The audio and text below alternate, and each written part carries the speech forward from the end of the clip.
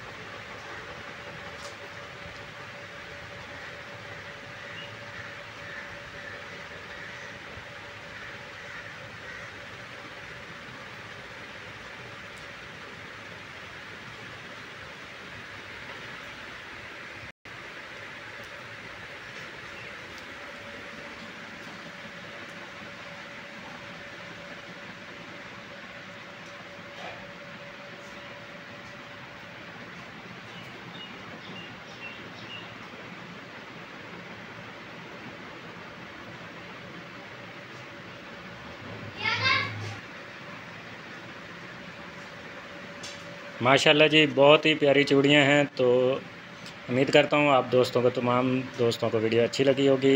इसको लाइक और शेयर ज़रूर कर दीजिएगा। अपना बहुत सारा ख्याल रखना है, मुझे भी दुआ में याद रखिएगा। जिन दोस्तों ने अभी तक चैनल को सब्सक्राइब नहीं किया वो जल्दी से सब्सक्राइब करें और साथ बेल आइकन को भी दबा दें। अल्लाह हाफिज़।